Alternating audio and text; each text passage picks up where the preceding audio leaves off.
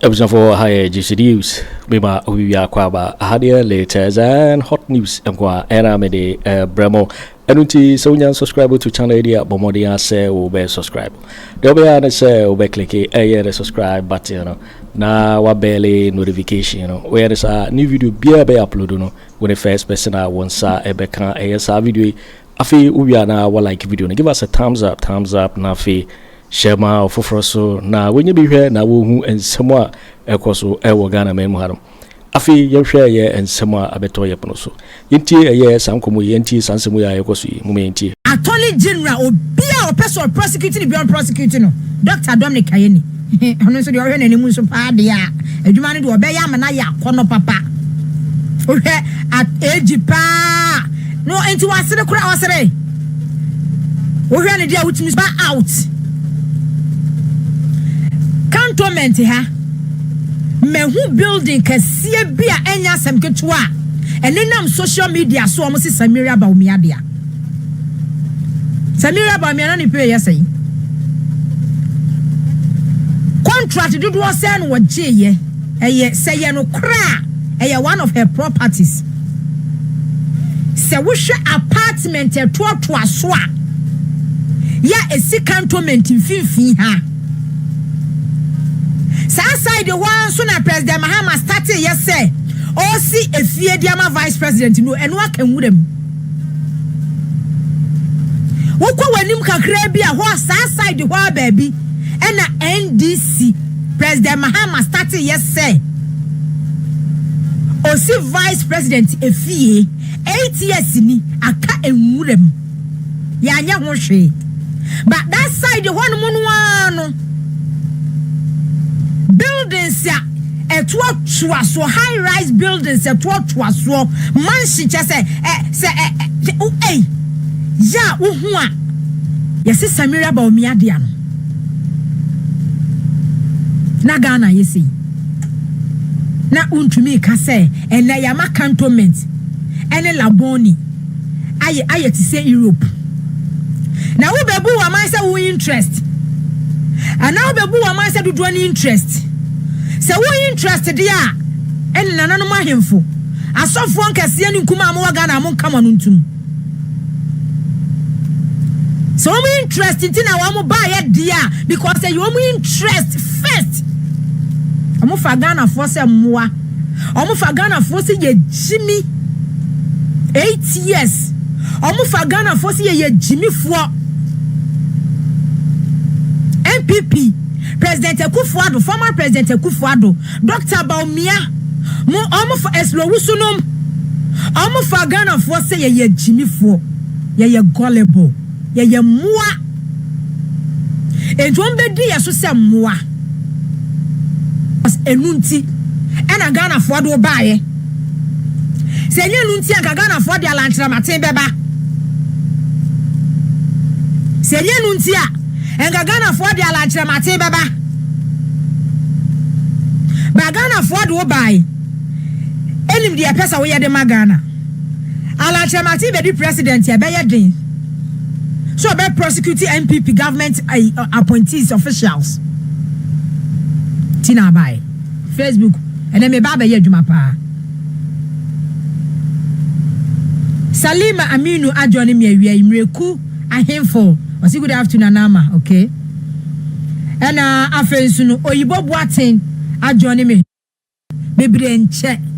Because oye wadwene say, na na Akufo Addo agenda ni bi na ade ba ya wonche. Gabriel Jaba, ono so adjoni awia from Libya. Tripoli. Libya to say, Gabby, Libya to say, Kokosi Kofi Chere ensu ejinamu awia Jacob K Takite Hamless adjoni me awia Kennedy Boakye Agyapong ejinamu awia Sanso ena Ofake wojinamu awia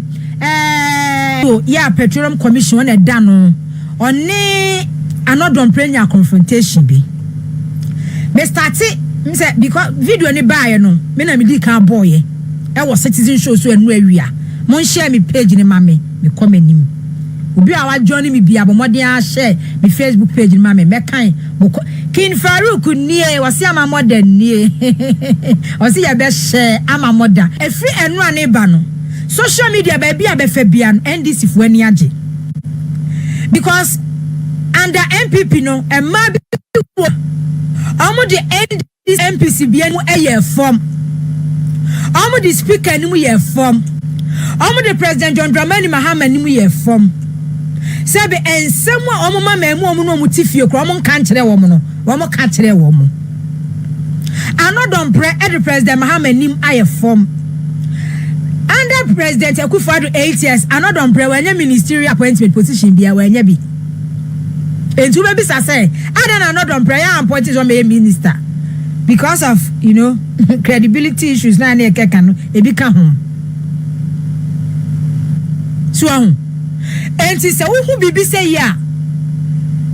baby a wo firi ba ne baby a wo gya no wani agesi anya wo baby a watimi ati bi dia ma anodon pre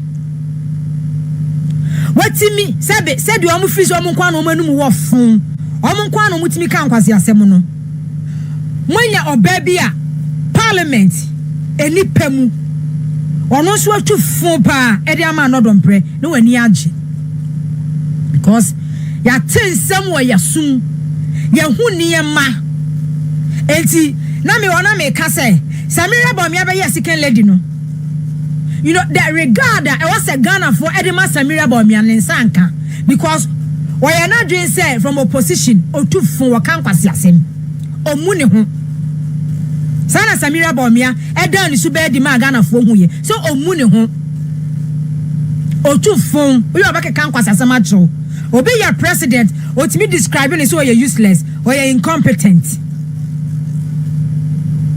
eka sabi sem bia o se ono ontimi kan kire ni kunu no o ka bi kire obi kunu ya o ya president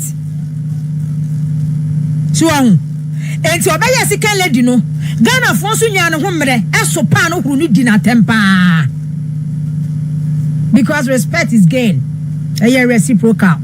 obu hu an obi bu se wo mu hu na wagimi obi so be kire wo se nyon kwa na wagimi yes me na ma me nam when me say wagimi na do gimi ba me so a me kire wo se wagimi e magimi senom enti me no ma ya wadwe se me nya politics because me ya politics na me da ho no ma no pa no obi frɛ me se na na ma wonu obi di watama ha no no a massa madam me frɛ di watam bio enti me nya politics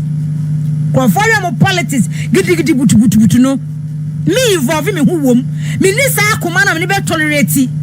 se me si me kunu eya president na wo opposition na wo power na be di na tem he the rank me ba wo so no ho buga mungamu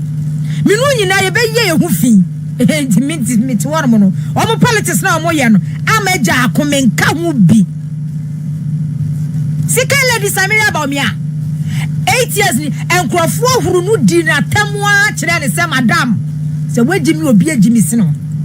so obi ye president na so obe huru no obe kakasa sebe wo ba kora ba mu akora ni wo fie no won describe ni say useless na first gentleman of the land obe kan kwase asema kire no enti wo benya wiase position bi anya wealth bia bi time wo se enkrofo ebu wo no na enkrofo de wanim eye fom na enkrofo aye wakoda de ansasa wo te wo wasum no na wo te enipa ense se wo kan sebe nkwase asema kire no wo kan kwase asema kire because in the first place no wo wambu ho and you don't expect obi so obi bebu obi sumbu eslo etina Ghana ha wire politics no obi en wonu mo tu fun sin eslo wusu da uyi obe tu fun obe kan kwase asema kire wo pa but we ma me panimu national communication minister when you see kapa timi to bag designer bag be say $200,000 $100,000 but eni pa e bi an kan kwan se otile radio so tile TV so tile social media so eds lo wusu atem no wo di na atem no wo mo horo no esan se wa mu ne ho wa fa wo bu e ma wonu ankasa no ho embu wo bi enti ne esro wusu there's no way wo bi so we kira that respect no benya bi me ka dia be si dia no esi ye no so wa bu no ho obi anim se won bu no ho esro wusu bu no ho wo yo obeke kan kwase asem and say it doesn't matter sani a wotie ni baabi a woduru ni de wanya wo wiase se wo start say wo mbu wo ho na wo bebie wano aka nkwase asem de a ene a wo so bua wo ho say president na wa set de ato wani mu no ai engrof akwamde nkrofo ani abre enkrofo bedu watam ni bia kan nsem a eya e de akyerɛw esa se wo mbu ho wa mbu ho sana ekoso Ghana ha enti me hunu say from enreba no social media because you know mama mo 6 months ora tibia ya ne ye peke no mo ne ade bank guai kwara mo fa so mo gu heritage bank no mo ne me wu wo mo ne ade no ha enka ban sisa ye ken Ofori Atta enka no pako enka me the soldiers ejina ne fie se me be jimisika aburo de bia meka misi nipa ba ne ba so wo bewia na wakum na wasei na that Bible quotation no se wo ba Ghana hanom a wo ma yetimi edi eye sesudua ma that Bible quotation no eye President Akufo Addo Ken Ofori Atta Bawumia ne MPP ministers omo ba power se omo bewia na wo makum na wo masei. And fortunately for them, no so no. Omu hu se Ghana ha se ne ye gullible. Ena gullible nyo omo mu nkosuku nku aha. Ena ye gullible illiterate for nkwa. Even professors for doctors for wo mo makọ school ena ma ye masters one ye nyina ye funtum fra ye gullible. Ena ye ma wo mo kwan. Enti omu be wia papa be lutu papa. Wo ma kum nipa 8 years ni. Wama destroy niyama nso 8 years ni.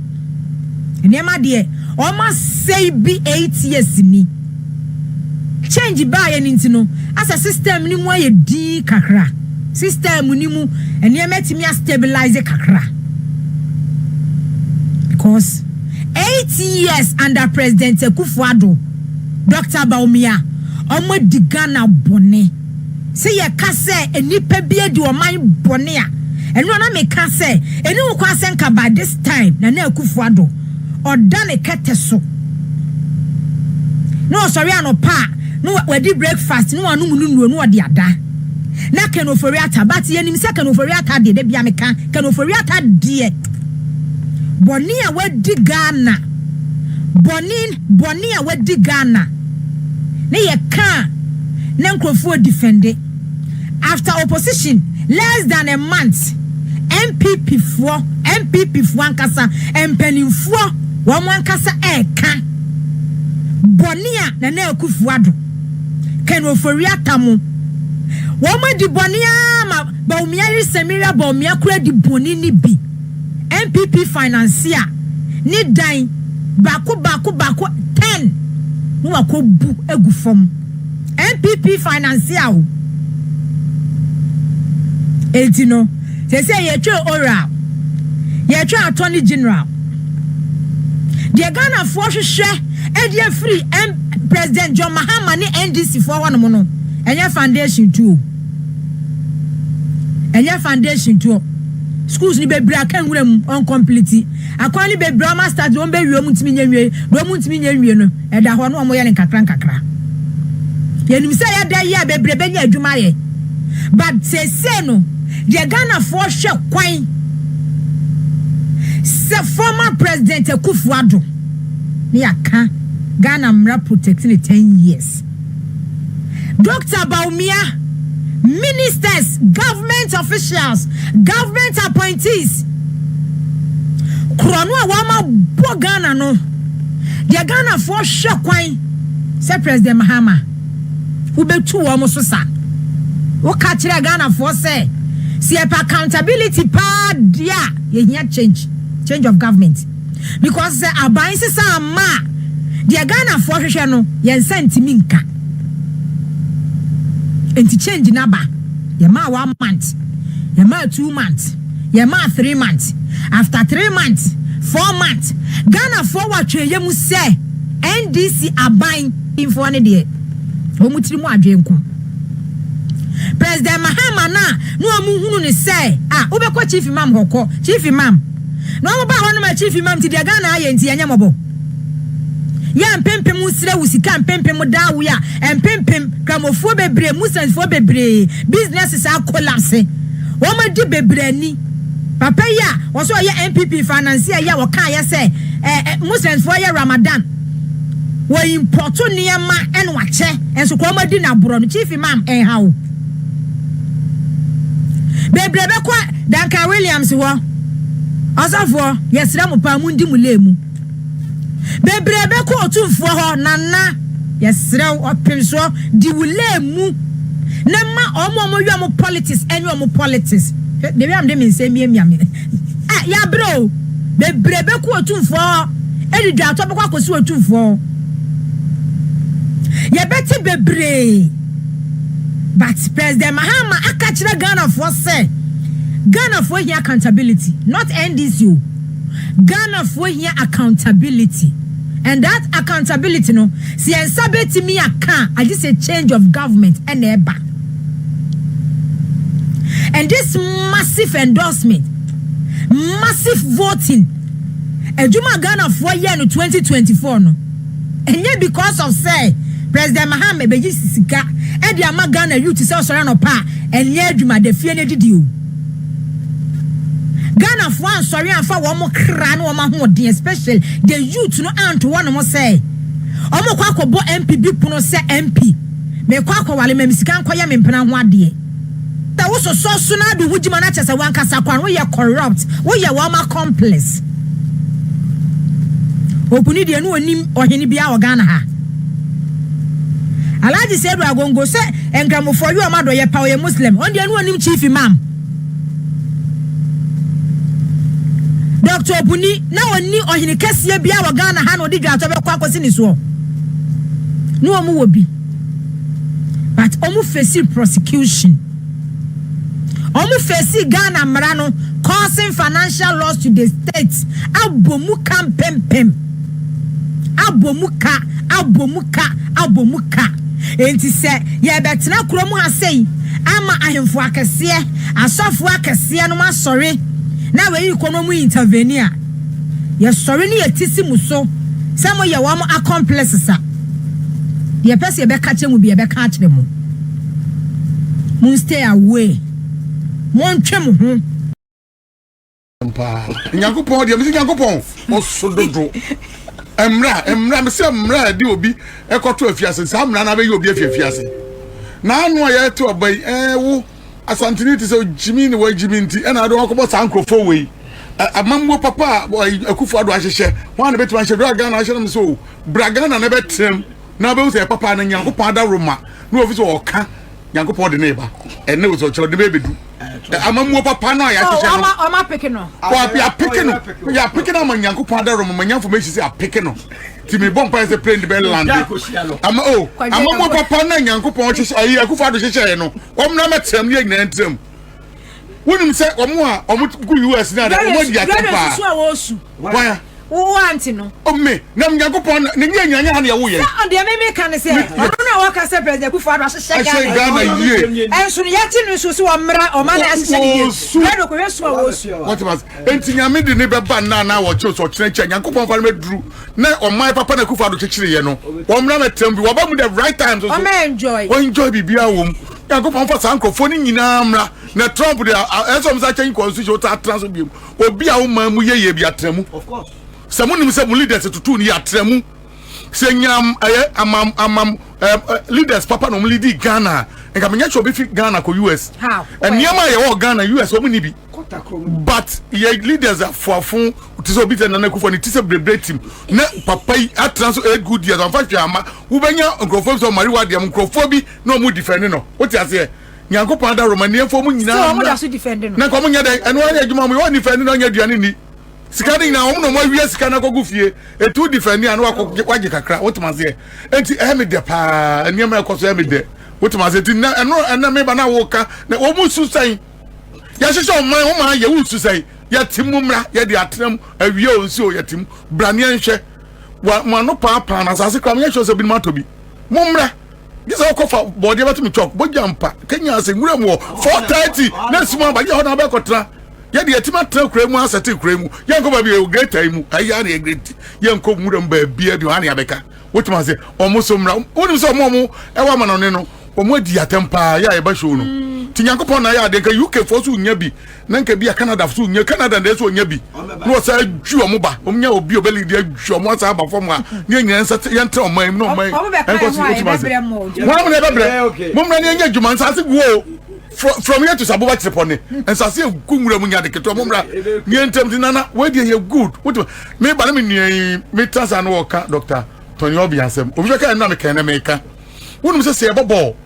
Let's a messy with Honoma, now Kofa Kwanka, Baba Ginamwa, Barcelona team was said. It's in the main and Kofobio bench, no Munyama Park and so there be a bomb person Park and so. John Mama Mumway, a penny yo. Mim Passa and Pipi Bessa Thomas as he be. Me makro ni kwa NPP beto omo asase so bi. Ba yet bi nya one party status. Ani e omo create another one. Ayi ba. Ayi ala de ne ba.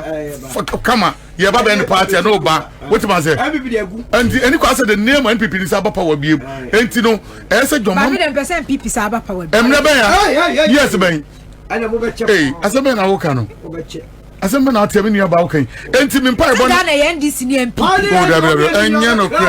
no kre. What man say? Enya no kresani aya omo na omo de ena obi asora na sebia nya ro kan de enye but ba bia ye Getrude Nyankopon enta make the players na mo bench ni bi no Dr. Tony Obin won ba bia na wo no mama ncho John no wo hiva John Jinapo no wo hiva no energy deputy ye ba say o sa akọ energy performance na amboa ena na wo hiva finance minister nya wane no wo finance parliament wane no no me deputy no mu nyina sa na mo npo na ko gina de no Papa ni kro Minerals Commission. Sam George. Communication. Ono na minister mpo no onye ebida. What man say? Dr. Dominic Kayeni su constitution. Yes, I want know wo. Enti o mampani nim say San Krofo we. Omo no ebi no deputy mpo. Ena mo ko sua de enti de wo mo betima ya de. Ba papa we mpo no what one man say I see you anamboa. Adwuma obo anya de ketwa. Say won fa de mpo ma obi a fade ne man kama ne enko ne nduma de enko so me su nyina ya de me su ma me wo eno amuti so no bai ne ka what air condition committee bia gold board no ya 3 weeks per oh okay anya juma na no myself kekelo eno o twa de ato omo hihia de ato what man say ni adwuma ne ti ase ya palo be bo amadom Mahama no so person na memu ba ebe nyamu a won fa ne nkan what I say graduate for nurse for and a hook up no mo ye edua na adwa no ma hye wo mo ho onyina kwa ho but hook up janchira bra abefo prostitution wo mo ye because aduma ni wo manim unya president 8 solid years 8 years na Akufo Addo de kanu kwa senka okọ opposition ko dan dem na adu ni ministers pa de se wo hwe bone pa wo ma bedi Ghana pa bone pa na Akufo Addo nom abedi Ghana pa na Ofori Atta da so dan dem Ofori Atta e da so dan dem bebre ye bankers o bebre ye bankers omu se nwuma ni ba begu nwuma ni bebre gu ye bebre tutu kwan obi akwatena America 8 years ni 7 years ni oni paper bebre krono pa na Akufo Addo ni ministers pa na busuafo abebo wa Ghana Asante Bediatuo enwu yeso mu ko opposition wo sheda ekwo chimu na no twa hwe yase wanya stroke wo boa hwe anya no wo boa bibia nya Bediatuo wo boa na Akufo Addo akọ opposition no sorry ano wanum ni nuro no wadidi no wada no aso conditions ni so no wada no odwodwere ho se Ghana emra e protect no one what to be on the 80s the next 10 years abeka say why you born into prosecute no order so tiase say no obekwa no okọ media houses morning show presenters especially this political host to Fuebi ebinum ji 70,000 a month ebinum ji 60,000 a month ebinum ji 50,000 a month ebinum ji 40,000 20,000 nom enti sadia chia enipa no ya bone pa oje 70,000 oje 50,000 na adwuma wo ya ne se na Akufo Addo amemu fun tantan ye de ahokyera beto Ghana for so no one defend it because boso mesu a okwakoje ni 50,000 okwakoje ni 70,000 at the same time so no wo mo bomode import cars ba V8 nom tundra nom akese nom no omo de ba yes so achebi de ama wo mu and to go to their houses cars mama pake ni sika onte sika nto kada but kwa cars mama pake presenters ade acha no pom TV ni radio so a omo ye adwuma de ma MPP omo ye adwuma de ma MPP aban even no opposition omo da so defend wo mo say de mutu opposition na mu jimi no sa na motena ba mu jimi sa aya nim guase de ama mo no hwe enye na anu yi aye kwa election NDC na ato omo hwase no mu city be 10 omo jamu de ama MPP a enka political party like MPP enka ni city a wo parliament less than 80 eno no how social media warriors ade achia na president Mahama wa faili president Mahama wo be faili ne ba Sharaf ade oye ni legal aid woye ni presidential aid woye ni secretary ahun sanfuli no amuje ni 8 years aye ni mguase 2024 de amamu no mo da so atu opposition yes instead say mo be hold mu leadership accountable for mess ni anu mguase o mo de amamu no mo go opposition enensem hunu na mudie Nana Addo is still controlling the MPP even at home. And the omun jimi wa mo sa. But say we be jimi ho a.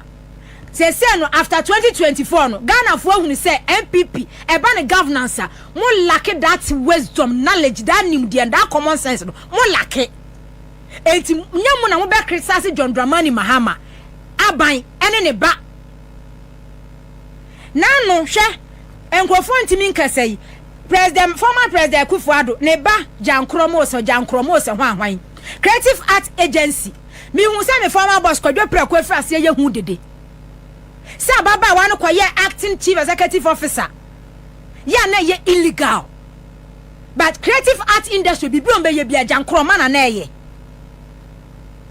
ono lady no ono na ye creative art agency wonu kwaje na office efa ne workers egu ho fully furnished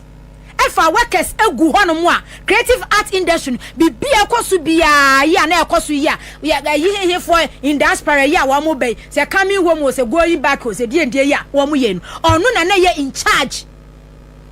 sane mani nyona na ye in charge ya bibia but Kojo Kyeremanteng efrase a wo kasa sa dia na lady ne illegal.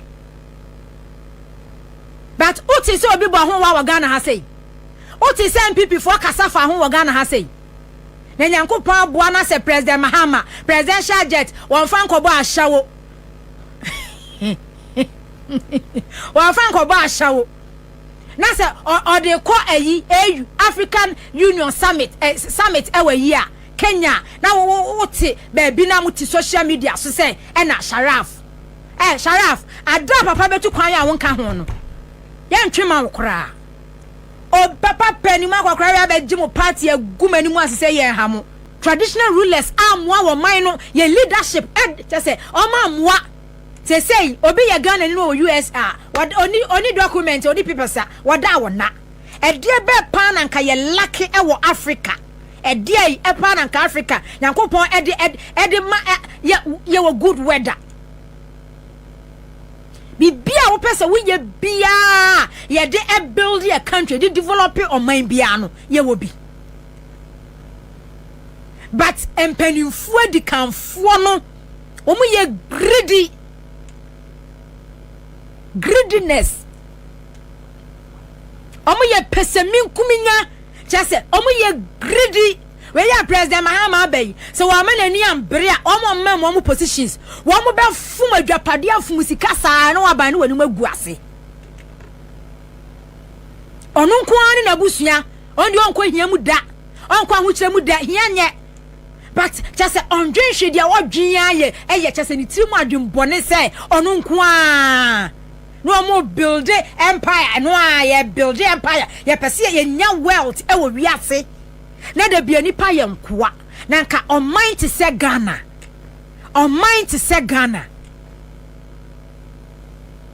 kanwani se ade achi sen enkrofo bunkan fa so ye embassies teacher ni awie school tifie 4 years 5 years 6 years onya adwuma nyeye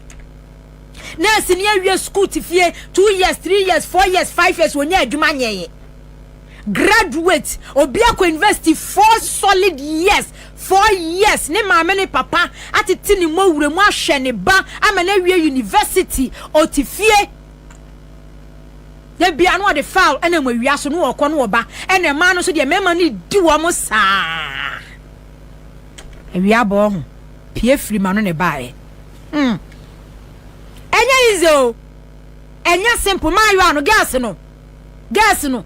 graduate for nurse for ene hook up no mo ye edua na adwa no ma hyehyɛ wo mo ho onyina kwa ho but hook up janchira bra abefo prostitution wo mo ye because aduma ni wo man nim unya president 8 solid years 8 years na Akufo Addo ke no kwa senka wo opposition ko dan dem na adu ni ministers pa de se wo hwe bone pa wo ma bedi Ghana pa bone pa na Akufo Addo nom abedi Ghana pa na Ofori Atta da so dan dem Ofori Atta e da so dan dem bebre ye bankers o bebre ye bankers omu se nyuma ni ba begu nyuma ni bebre gu ye bebre tutu kwan obi akwatena America 8 years ni 7 years ni oni paper bebre krono pa na Akufo Addo ni ministers pa na busuafo abebo wa Ghana Asante Bediatuo enwu yeso mu ko opposition wo sheda ekwo chimu na no twa hwe yase wanya stroke wo boa hwe anya no wo boa bibia nya Bediatuo wo boa na Akufo Addo akọ opposition no sorry ano wanum ni nuro no wadidi no wada no aso conditions ni so no wada no odwodwere ho se Ghana emra e protect no wonu otu obi won 80s the next 10 years abeka se wa ye born into prosecute no order so tiase se no obekwa anu okọ resources just cocoa se yesi cocoa ni ya nka cocoa ye ni se ya ni bia chocolate factories bia chocolate factories na chese wo mo ba wo obi anya no so ne de no obi eye gold yesi ye tu ni bia industries ni e refund ya na ni gold wa ha na chese bibia obi anya no so ne de wo Ghana ha ni ye na omanya ye tu petrol ye tu fuel ye tu wia ni ye de akọ international market akọ ton crude oil no makọ nane no ma ton aboden asan so de amaye because ebibi man common sense ye ni bi wo tu a no aton fofofo e de ko ne country no akọ nane no aton aboden no de amawo because tema oye refinery no e ye ne hwia enye yie ene ye hunu nyansa so say crude oil pempem no ye tu no on daily basis no ye be ye that refinery when Ghana has say ni refund crude oil ni bi ni aton wa Ghana chese wo dwendwendwe na jo nsem na Nyankopon anya Africa de yin e de Nyankopon anya Africa obi aye greedy o man mu ni pa bia ye greedy mimiti wai e na me ya say 2000 da me ho na komode nkrofo enti sika minya bi because kan minya ya na me che se mi kuta 5000 na komode nkrofo no obi hia 1000 dia ye business na me se me 5000 na me ma no so obi pay 100 cedis na me 500 cedis na me se me ma no ba omo nya akwanya na Nyankopon ahyira wo mayo makase no bebre ye nipa bonefo ya trimodefo tribu osuma me se we ya president Mahama abai se wa manani ambra manani na ho no mo a wo mo jejeje appointment no ho afa no wo yire no wo ma wo be fum adwapade be fum sika be lutu wo maye lutu adai de bia na mo de boss ni ayo boss yes sir master boss yes sir master adai na president Akufo Addo ba etimia bie restaurant $6 million na we bie restaurant $6 million wa hunu bi da our party opposition wa hunu bi da $6 million no etimisi hospital finances gumo etimisi school class 1 to class 6 our community and etimi employ teachers Tina say what da so te Ghana hanom na da so woda so diwo e defend wo ma wagimi say yado mo be court na wadi wo ma chi say what say yado bi court MPP minister bi government official bi court na say wo kodi na chi na court wagimi wagimi woni misika wo manya omo de in dollars o dollars na we could defend no because we MPP ni $6 million a see hospital kasiye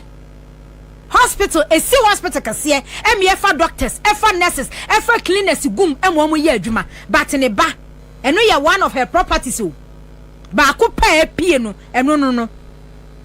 say millions of dollars mama packing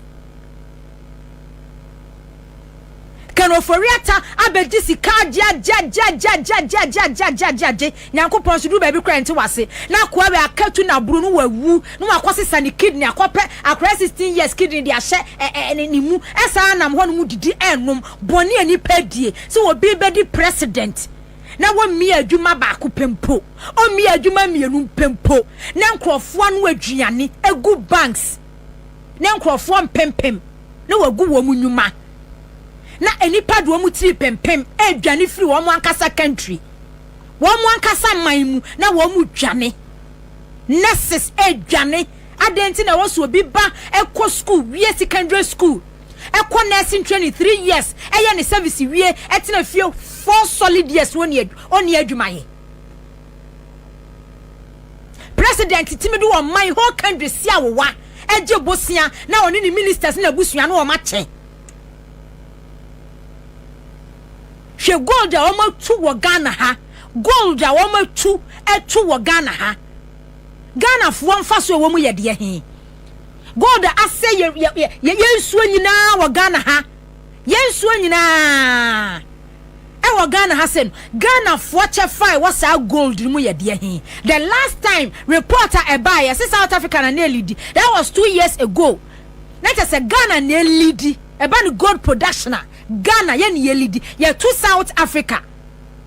ni ye di South Africa for echi but ye to South Africa but gold na Akufo Addo woni ni ministers woni ni MPs MMDCs party executives etu ye no a ye beda first say Ghana e ba ni gold a ye da first no Ghana no de na kire say wo man Ghana sa country called Ghana e de na kire say ye to gold wo Ghana ha de kire na say ordinary Ghanaian suffer the consequences of obesity car wanya. The Ghana ni enya ne say wo suffer obesity car wanya wo no just wo suffer wo ho na nya say wo no wo wanya bibia mfaso because enke ye ka say Ghana lead gold production dia e wo senka ye ka Ghana no a na nka ye compete with South Africa for na omo ti wo memo omo nya adwuma kwa na at the end of the month ye hwe wo mo no enu bi na nka ye ka Rwanda president Paul Kagame age o man akenta so no a affordable housing wasi adampom adan wasi adan ama Rwanda fo mo ti mu free na nka Ghana so ka ho bi obi etukwa akwatena America ote Europe Ghana fo na ye te ya ho kiremu ya ho yehia mu no a ye tu abase ye tu abanfo abatantan akromfo udifo aban no na ono aso me se enkurase fo no matukwa akogu abrochim o mani nti da no asofo na da no so Ghana fo nkwasiafo mo na makwato abatia MPP no mo bebre pa na nkanyakopo boaw na nka wunne pepa na nka Trump ede wo ba ka wutimi survive 6 months kwanka wanka sanka be hu nano president Mahama eko Kenya yujima ni video na isa flight na presidential jet one ne ban o amen send ma presidential jet ya one ne besi ye ya wo mo MPP community me se mo say ya amoamo a mo beto opposition over 30 years MPP communicators MPP for full soldiers no money ade amwo Ghana ha se no say ya amoamo opposition but ye mpene sa say benya one party state Ghana nya communist country ye mpede yakọ North Korea no ne North ahwane Dubai no ne ade no ye mpese bi besi wo Ghana ze but say ya light mo mani antam mani be jimi wo opposition dodo mo better opposition jimi apro e wo opposition na no ya president Mahama eko Kenya eno one ne bai ekoye social media ba bia be fa bia omu go opposition na opposition amuti na mu enye sa na ye opposition o Se na mo de better opposition dey na MPP mo be ka opposition papa mo better opposition ache mo better opposition ache papa obi papa ye carpenter ni a wo hwesa ne ba ebe bua na adwuma a wo ye obi papa ye engineer obesa ne ba be ye engineer oye lawyer obesa ne ba be ye lawyer no obi papa ye president no papa di ni di na chi onso adwuma na da atwa me ye president ya na muti social media so edwum ho se munti bi da se president Mahama ne ba sharaf na odi na chi no odi na chi se de. And this same MPP for ya safu soldiers for ya no they be me ka say they never see nothing, they not see anything wrong say President Akufo Addo emma e din se hununti no and they are wrong go. They saw nothing wrong with President Akufo Addo ne actions on any ma and na busia and they are not just say a right. In as much as say a President Akufo a MPP and not even President Akufo a MPP then a right but a NDC dey a wrong and Mahama dey a wrong. So okwa Kenya na ne ba e ka ne ho no ne na ko Kenya na so okwa trip bi wo okwa baabi na se ne ba ka ne ho a MPP for say omunti bi da President Mahama bomusuo enka de nanka wasa mo yakura ne se mo bo President Mahama baso se oni oman na bro oni Ghana nya no se sa Ghana sika so de bo ahyawo e wo presidential jetim mo MPP for kosa ka mo bo President Mahama baso nka mo hu se presidential jet we na wo timu no ye odi kon Nairobi Kenya no enka mo form social media platform bia nanka President Mahama mo bo na baso se on you su presidential jet so de bo ashawo janchira bema won fam mo bie on fam mo janchira bra na wo so wo gi Ghana ntie no se de presidential jet ni tie bia na no odi betu kwan yenya ho president a presidential jet no odi bo ashawo na no odi bo presidential jet ne girlfriend or ye lesbian emu ena no odi bo ashawo but MPP fu anhunu se eye bone eye mfunso da yo waiting for winning and someone abeto ye prono so make say so we subscribe to channel area but more than say we subscribe we say hadia latest and hot news and kwa era me de bro I think we are like video no give us a thumbs up not fi share ma Ofori so na we be here na wo hu someone ekoso e wo Ghana me mu harum also betimi otchere wadwen afa ye nsem we nyira ho e wo comment box ni mu wo beti minka biom in my next video. Thanks for watching. Like and share the video. You can also drop your comment. Please don't forget to subscribe. Click on the bell to turn on the notification.